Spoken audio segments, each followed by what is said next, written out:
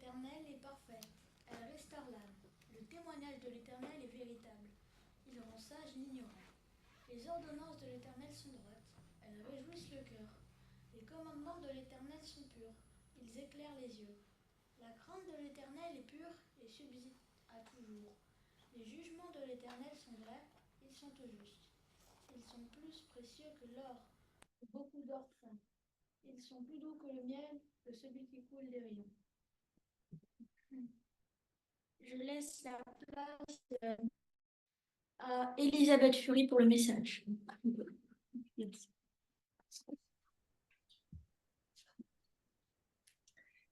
Merci beaucoup. Bonjour à tous. Bonjour. Je vous souhaite à tous un bon sabbat sous le regard du Seigneur, que sa paix remplisse vos cœurs et que voilà, vous puissiez vous sentir portés dans les bras de notre Père en ce jour. Alors, en fait, vous savez que j'aime bien être transparente, donc je vais être tout à fait franche avec vous. Ce sermon, en fait, il est inspiré très fortement du livre La foi vivante, donc de John C. Wagoner.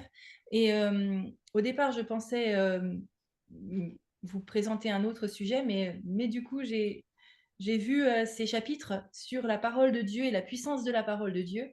Et vraiment, j'ai pensé que c'était vraiment intéressant de pouvoir nous focaliser sur la parole de Dieu et comment elle agit dans nos vies. Dans la vie chrétienne, tout repose sur la parole de Dieu. Il est vrai que Dieu a le pouvoir et le désir de nous garder du péché, mais cela doit se faire par sa parole. Il nous est dit, fidèle à la parole de tes lèvres, je me tiens en garde contre la voix des violents. Je serre ta parole dans mon cœur afin de ne pas pécher contre toi. Voilà le moyen que Dieu a prescrit et il n'y a pas d'autre moyen pour que cela s'accomplisse. La parole de Dieu est la voie du salut. C'est le moyen de la sanctification. C'est le moyen par lequel le Seigneur agit et par lequel il se manifeste. C'est par sa parole, comme on avait vu une fois passée, et dont Florian a parlé aussi dans sa prière, c'est par sa parole qu'il a créé toutes choses au commencement. Et c'est par sa parole qu'il crée les hommes à nouveau. C'est par sa parole qu'il recréera le monde et que tout lui appartient.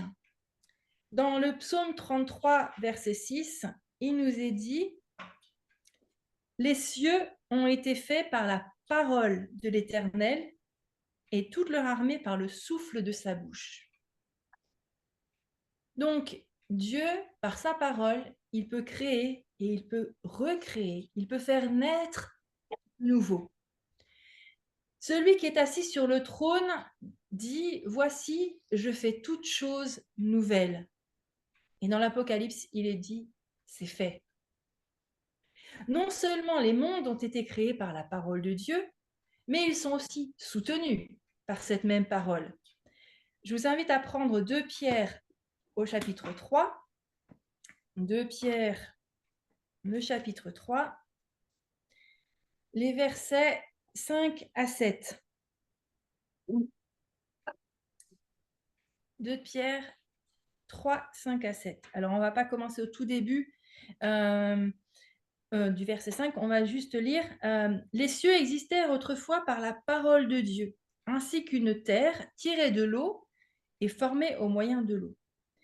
Que par ces choses, le monde d'alors périt, submergé par l'eau, mais par la même parole, les cieux et la terre d'à présent sont gardés. » On va s'arrêter là. De même, le chrétien n'est pas seulement créé par la parole de Dieu, mais par cette même parole, il est soutenu, nourri, et elle le fait grandir. Dieu soutient toutes choses par sa parole puissante, et le chrétien est au nombre de ces choses, tout autant que les mondes, les choses très grandes ou les choses extrêmement petites. Il ne fait aucun doute que l'infiniment grand, dont on parle souvent, subsiste et est maintenu à sa place par le Seigneur. Mais on sait que l'infiniment petit aussi. Il n'y a pas de doute que les étoiles et les mondes sont soutenus par la parole de Dieu, et bien de même, il n'y a pas de doute que le chrétien, aussi petit soit-il, aussi, je dis petit en taille, aussi enfant ou même fœtus, est soutenu, maintenu par la parole de l'Éternel. Quiconque confesse le nom du Christ doit le croire et s'y fier. Vous et moi, nous ne sommes pas plus capables de nous soutenir nous-mêmes et de rester sur le bon chemin que ne le sont le soleil et la terre. Et aussi certainement que les mondes sont suspendus à sa parole, aussi certainement le chrétien doit être suspendu à sa parole. Quand il en est ainsi, alors le chrétien est maintenu dans la voie de l'Éternel. Il est écrit dans Jude 24 que Dieu peut nous garder de toute chute. Paul nous dit aussi que le croyant se tiendra debout car le Seigneur a le pouvoir de l'affermir. Ce n'est pas pour vous, mais moi je trouve merveilleux de savoir que le Seigneur peut nous préserver de toute chute, qu'il peut nous soutenir par sa droite triomphante, qu'il a le pouvoir de nous affermir. Et ça, je trouve ça merveilleux. Ô chrétien qui lutte et défaille, cette parole qui soutient de vastes mondes, ne peut-elle pas te soutenir toi aussi? Confie-toi en cette parole. Abandonne-toi aveuglément à elle. Appuie-toi entièrement sur elle. Alors tu trouveras le repos. Aie confiance que le Seigneur te soutient, tout comme tu as confiance qu'il soutient le soleil. Sa parole te redit, comme on peut le lire dans Ésaïe 41, 10, « Ne crains rien, car je suis avec toi. Ne promène pas des regards inquiets, je suis ton Dieu. Je ne te laisserai pas, je ne t'abandonnerai pas, jusqu'à ce que j'ai accompli tout ce dont j'ai parlé. Tout ce que j'ai promis, je l'accomplirai. » C'est le Seigneur qui nous le promet. Dans Hébreux au chapitre 12 et au verset 2, il est dit que la parole de Dieu est vivante et efficace. Le mot efficace signifie plein de puissance. La parole de Dieu est vivante donc et pleine de puissance pour accomplir pour nous, avec nous et en nous ce que dit cette parole. Croyons-la, fions-nous à elle, car elle est la parole du Dieu vivant. C'est la parole du Sauveur compatissant. Recevez avec humilité la parole qui a été plantée en vous et qui peut sauver vos âmes, nous dit Jacques. On sait que Dieu est vivant et que sa parole est vivante. Il ne nous a jamais menti, il ne nous a jamais abandonnés. Ce qu'il dit est vrai et il accomplit ce qu'il promet. Donc nous pouvons être sûrs qu'en étant accrochés à Dieu, à sa parole, à la parole de sa grâce, il peut nous édifier, nous permettre de tenir ferme malgré tout. Laissons la parole de Dieu demeurer en nous en abondance. Nous sommes gardés par la puissance de Dieu, par le moyen de la foi. La puissance de Dieu, donc, comme nous l'avons lu dans Hébreux 12, 2, se manifeste dans sa parole. C'est pourquoi elle est sa puissante parole. Romains 10, verset 17 nous dit que la foi naît de ce que l'on écoute et ce que l'on écoute vient de la parole de Dieu. Donc la foi naît lorsqu'on écoute la parole de Dieu. C'est ainsi que par elle, eh bien, nous pouvons être transformés et donc recevoir cette foi. Parfois, on se dit, je n'ai pas la foi ou j'en ai si peu. Mais en réalité, quand on se plonge dans la parole de Dieu et quand on croit vraiment que Dieu accomplit ce qu'il dit, c'est ça la foi. Ainsi, il est dit, lorsqu'il est dit, par la puissance de Dieu, vous êtes gardés par la foi, ce n'est rien d'autre que vous êtes gardés par la parole de Dieu pour le salut à être révélé dans les derniers temps. Croyons à cette parole, fions-nous à elle et découvrons son pouvoir de nous garder. Alors, on a vu un peu donc que la parole de Dieu nous garde, mais elle est puissante aussi, la parole. Comme alors, dans Ésaïe 55, versets 10 à 11, je vous invite à le prendre. Ésaïe 55, versets 10 à 11.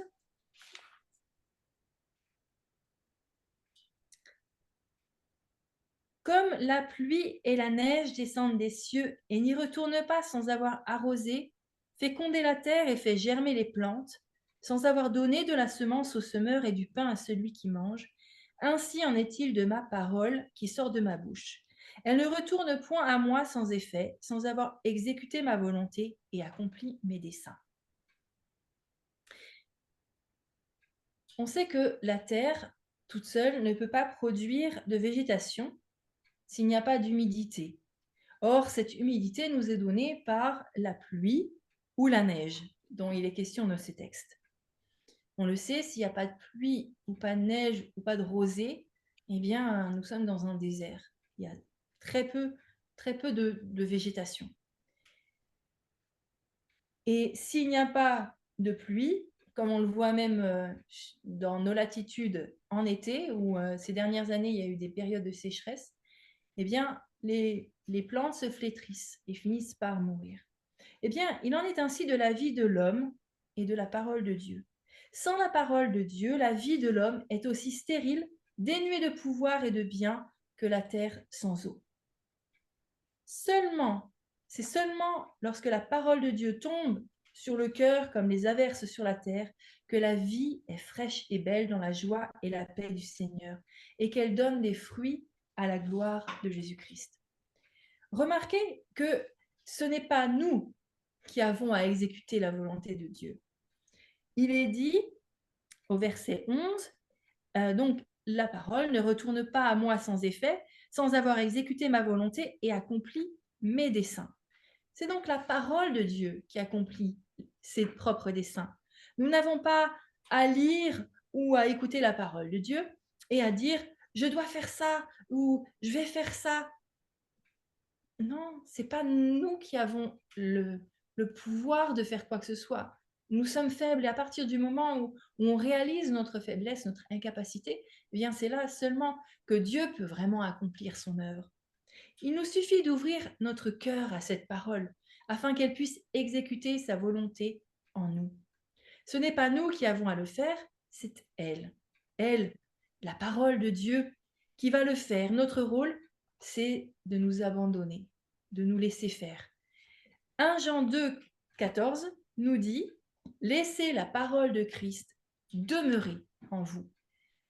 Et donc, si la parole de Christ demeure en nous, elle va agir aussi, parce qu'elle ne peut pas rester dans un endroit sans agir. Ce n'est pas à nous de travailler à exécuter la parole de Dieu.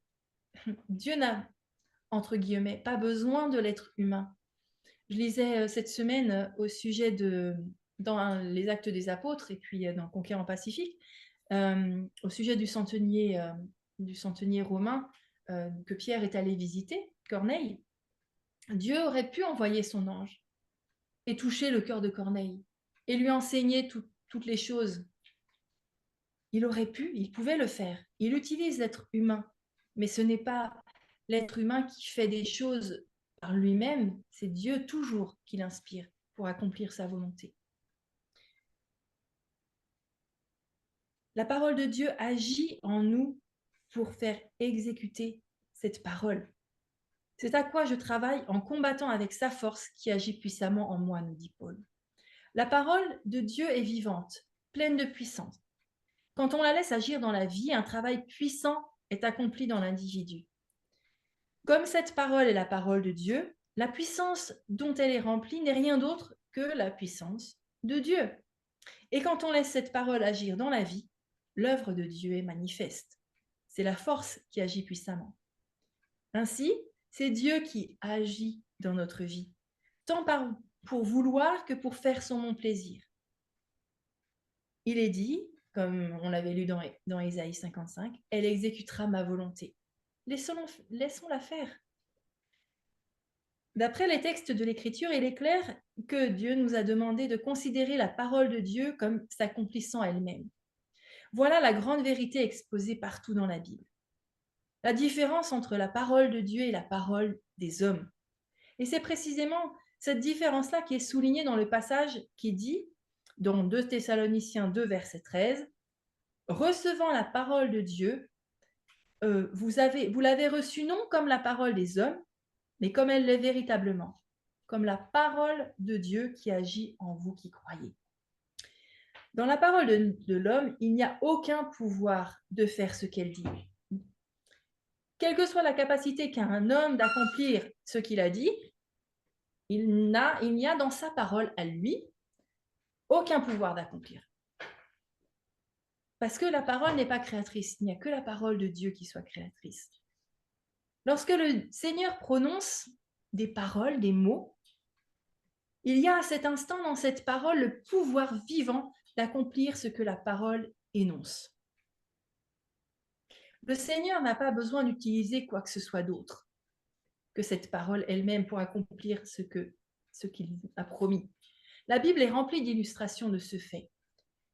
Et ces illustrations sont écrites pour nous enseigner à considérer la parole comme la parole de Dieu et non comme la parole des hommes. Que nous puissions la recevoir ainsi qu'elle est véritablement, afin qu'elle puisse opérer en nous effectivement, selon la volonté et le bon plaisir de notre Dieu.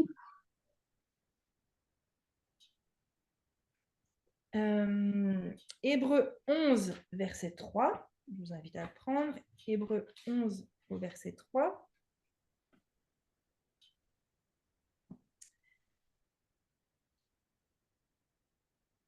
C'est par la foi que nous reconnaissons que l'univers, le monde, a été formé par la parole de Dieu, en sorte que ce qu'on voit n'a pas été fait de choses visibles.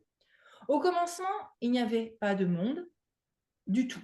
Mieux, il n'y avait aucun élément dans les mondes qui ont été faits. Il n'y avait rien du tout. Dieu parle et les mondes surgissent à leur place. Honnêtement, des fois, on dit qu'on aimerait bien être une petite souris pour être là, pour regarder un peu. J'avoue que j'aimerais bien avoir une vidéo. On est à l'époque des vidéos. J'aimerais bien avoir une vidéo pour voir comment, en fait, il n'y avait rien et tout à coup, Dieu crée et tout arrive. Ça doit être tellement merveilleux. Et en fait, on se rend compte que ce que Dieu a fait, eh bien, il le fait dans notre cœur. Et ça, c'est pour moi ce qu'il y a de plus précieux encore.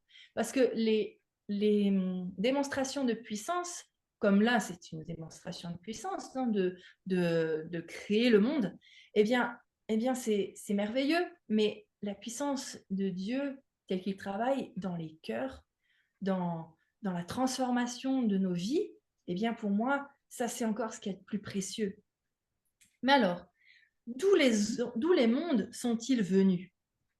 Avant qu'il ait parlé, il n'y avait rien. Mais après que Dieu ait parlé, par son Fils Jésus, eh bien, les choses étaient là. D'où alors sont-elles venues? Qu'est-ce qui les a produits? Qu'est-ce qui a produit la matière dont ils sont composés? Eh bien, c'est la parole. C'est la parole de Dieu qui a tout fait. Cette parole a tout fait parce que c'est la parole de Dieu. Il y a dans cette parole la divinité de la vie et de l'esprit, la puissance créatrice de faire tout ce que la parole énonçait. Et voici la parole qui vous est prêchée par l'Évangile. La parole de Dieu dans la Bible est la même pour ce qui est de la vie, de l'esprit, de la puissance créatrice. Exactement la même que cette parole qui a fait les cieux et toute leur armée. C'est Jésus-Christ qui parle à la création. C'est lui qui dit les choses dans la parole de Dieu aussi, dans la Bible. À la création, la parole dont il nous est parlé dans Jean 1, la parole a été faite chair, elle a habité parmi nous. Donc la parole que Dieu a proférée a fait le monde. C'est Jésus qui a fait les mondes. Dans la Bible, la parole que Christ prononce sauve et sanctifie l'âme. Au commencement, la parole qu'il a prononcée a créé les cieux et la terre dans la Bible. La parole qu'il prononce crée en Christ Jésus l'homme qui reçoit cette parole. Dans les deux cas et partout dans l'œuvre de Dieu, c'est la parole qui agit. Laissons la parole de Dieu agir en nous avec abondance. Recevons-la non comme la parole des hommes, mais comme la parole de Dieu qui agit en nous aussi. Dans Actes 13, 26, il nous est dit « C'est à vous que cette parole de salut a été envoyée. Et maintenant, frères, je vous recommande à Dieu et à la parole de sa grâce qui peut qui peut vous élever donc et vous donner un héritage avec tous ceux qui sont sanctifiés. » Nous avons vu que la puissance qui habite dans la parole de Dieu suffit et que la seule prononciation ou profération de cette parole peut créer les mondes.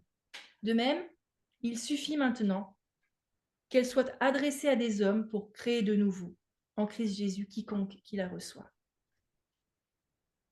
Alors, je ne sais pas si vous vous souvenez, mais nous allons le lire ensemble. Il y a deux histoires en fait dans les évangiles. Enfin, il y a plusieurs histoires dans les évangiles, mais il y a deux histoires bien particulières où Jésus a simplement parlé et une chose a eu lieu. Il y a plusieurs histoires plusieurs miracles qui ont eu lieu comme ça, mais il y a vraiment deux histoires qui pour moi sont particulières. Je vous invite à prendre Matthieu au chapitre 8 à partir du verset 5. Matthieu 8, verset 5.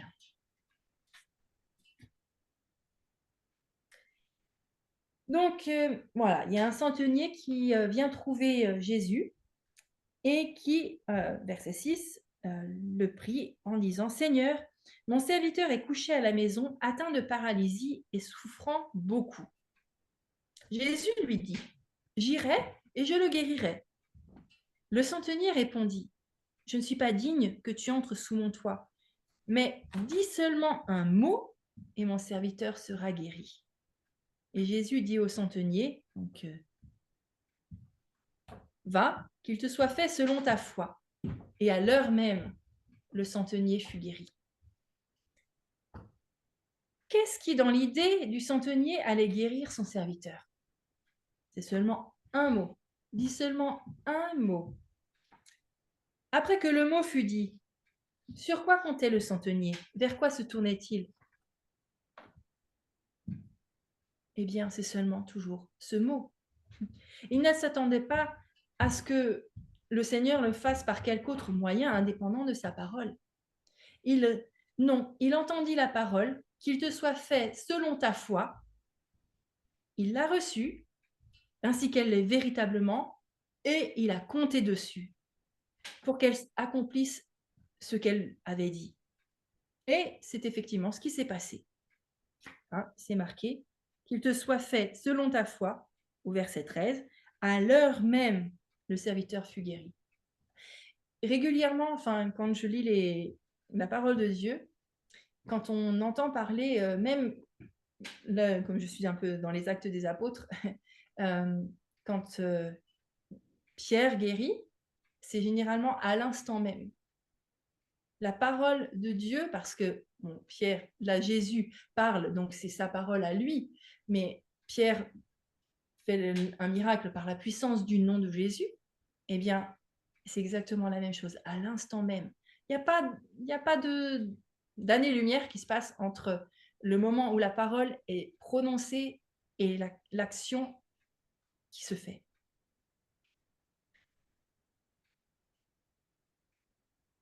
Cette parole est la parole de Dieu aujourd'hui, aussi sûrement qu'au jour où elle fut dite pour la première fois.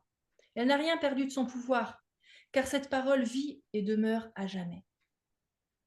De même, dans Jean 4, donc ça c'est le deuxième épisode, Jean 4, 46 à 52,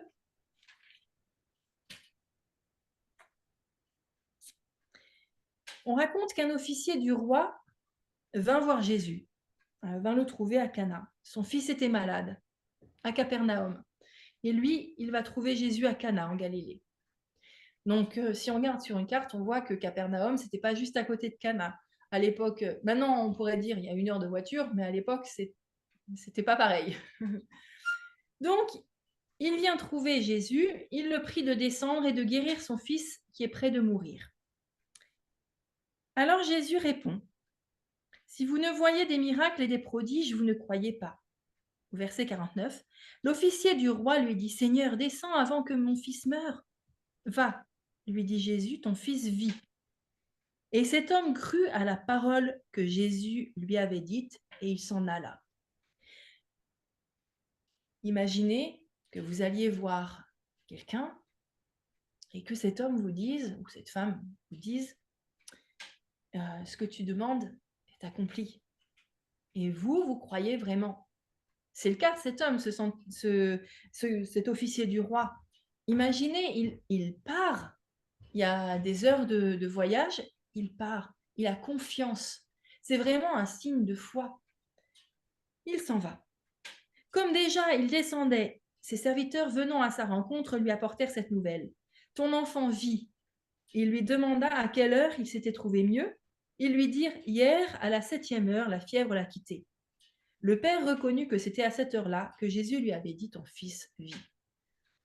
Et on a même le sentiment dans cette histoire que il n'y avait probablement pas une journée entière de voyage, parce que bon, cet homme, s'il est officier du roi, il a certainement des chevaux à sa disposition, mais il ne s'est pas pressé, il avait confiance, vraiment confiance. Telle est la puissance de la parole de Dieu pour l'homme qui la reçoit, ainsi qu'elle l'est véritablement comme la parole de Dieu. Telle est la puissance qui agit en nous, en vous qui croyez. Dans le texte biblique, ça nous est dit. Telle est la manière dont la parole de Dieu accomplit ce qui lui plaît en ceux qui veulent la recevoir et qui la laissent demeurer en eux. Remarquez que dans les deux exemples, la chose fut accomplie à l'instant même où la parole était dite.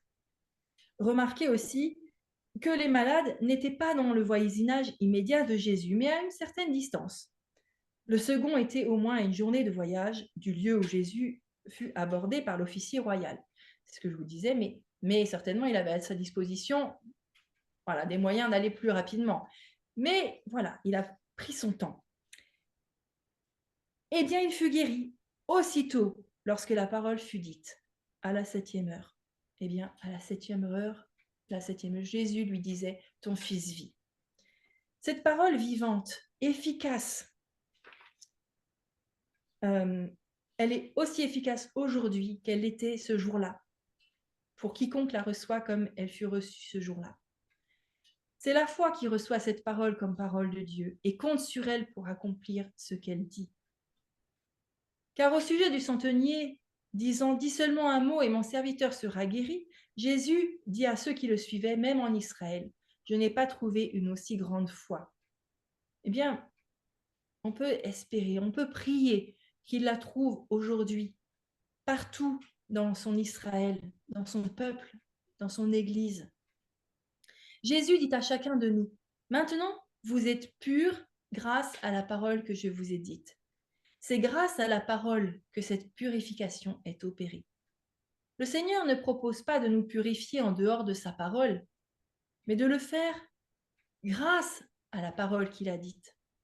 C'est là et là seulement que nous devons chercher le pouvoir de purifier, le recevant tel qu'il est, en vérité, la parole de Dieu qui travaille efficacement en nous et accomplit ce qui lui plaît. Son dessein n'est pas de vous rendre purs autrement que par la puissance de ces pures paroles demeurant en vous.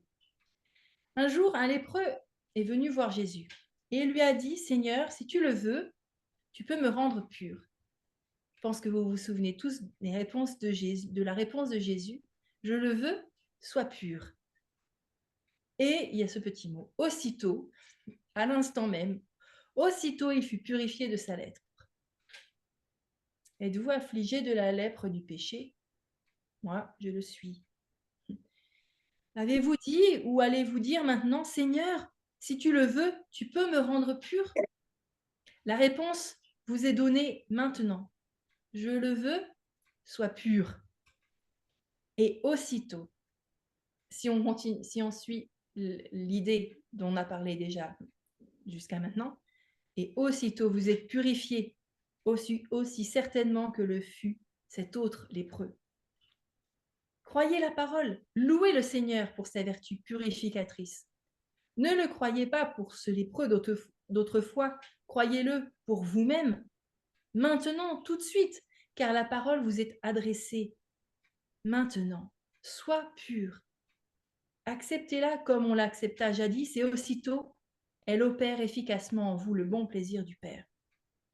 Que tous ceux qui ont invoqué le nom du Christ reçoivent aujourd'hui sa parole pour ce qu'elle est en vérité, la parole de Dieu, comptant que cette parole fera ce que dit la parole. Alors, comme Christ a aimé l'Église et s'est livré lui-même pour elle, afin de la sanctifier par la parole, après l'avoir purifiée par le baptême d'eau, afin de faire paraître devant lui cette Église glorieuse, sans tache, ni ride, ni rien de semblable, ainsi en sera-t-il aujourd'hui pour la gloire de Dieu. Nous avons vu donc que la parole nous garde, qu'elle est remplie de puissance. Eh bien, nous pouvons vivre par cette parole. La justice de Dieu est ce que chaque homme doit chercher avant tout. Chercher d'abord le royaume de Dieu et sa justice. Et sur la voie de la justice, il y a la vie. Il est impossible de dissocier la vie de Dieu de sa justice. Aussi sûrement que vous avez la justice de Dieu, vous avez sa vie. Et maintenant, nous dit la parole de Dieu, la justice de Dieu a été manifestée. Maintenant, c'est-à-dire à cet instant même. La justice de Dieu est manifestée à tous et pour tous ceux qui croient. Croyons-nous en Jésus-Christ maintenant? Y croyons-nous? Si nous répondons oui, alors maintenant, en ce moment même, la justice de Dieu se manifeste à nous et pour nous. Le croyons-nous? La parole de Dieu dit qu'elle l'est. Et nous, que disons-nous? Lorsque le Seigneur nous dit clairement que sa justice est manifestée maintenant à nous et pour nous, est-ce que nous croyons vraiment le Seigneur? Lorsque le Seigneur dit quelque chose, c'est la vérité. Même si personne au monde ne devait la croire, même si personne ne l'accepte, la parole de Dieu est la vérité, c'est tout. Elle est vraie en lui, en Dieu, pas en nous. Il veut que cela soit vrai en nous, comme en lui-même. C'est cela croire Dieu, c'est ça croire en sa parole. C'est avoir sa parole demeurant en nous. Si vous demeurez en moi et que mes paroles demeurent en vous, nous dit l'apôtre Jean, nous dit Jésus à travers l'apôtre Jean, demandez ce que vous voudrez et cela vous sera accordé. Croyez-vous en Jésus-Christ comme votre propre sauveur maintenant? Vous pouvez répondre sur le champ. Vous savez que c'est oui. Alors, en ce moment, remercions le Seigneur de ce que sa justice est manifestée en nous et pour nous. Il ne se contente pas de le dire, il nous en donne aussi des témoins. La loi et les prophètes en rendent témoignage. Cette loi que nous avons transgressée, cette loi qui nous fait paraître coupables devant Dieu, cette loi maintenant en vue de la manifestation de la justice de Dieu témoigne que nous revendiquons à bon droit cette justice et que par là nous sommes justifiés par la foi en Jésus-Christ. Voilà la parole de Dieu, la parole de justice, de vie qui nous est adressée à nous maintenant, en cet instant. Voulons-nous être justifiés par elle? Voulons-nous en vivre maintenant? C'est cela la justification par la foi. C'est la chose finalement la plus simple du monde. Il s'agit simplement de savoir si la parole de Dieu sera vraie en nous, maintenant ou non. Dieu a dit à Abraham, « Compte les étoiles si tu peux les compter, telle sera ta postérité. » Que nous est-il dit? Abraham eut confiance en l'Éternel, qui le lui imputa à justice. Mais ce n'est pas à cause de lui seul qu'il est écrit que cela lui fut imputé à justice. C'est encore à cause de nous, à qui cela sera imputé, à nous qui croyons en celui qui a ressuscité des morts, Jésus notre Seigneur, lequel a été livré pour nos offenses et est ressuscité pour notre justification. Étant donc justifiés par la foi, nous avons la paix avec Dieu par notre Seigneur Jésus-Christ. Maintenant, en cet instant, cela est vrai. Cela est vrai en lui. Et ma prière, c'est que cela soit vrai en chacun de nous. Amen. Amen.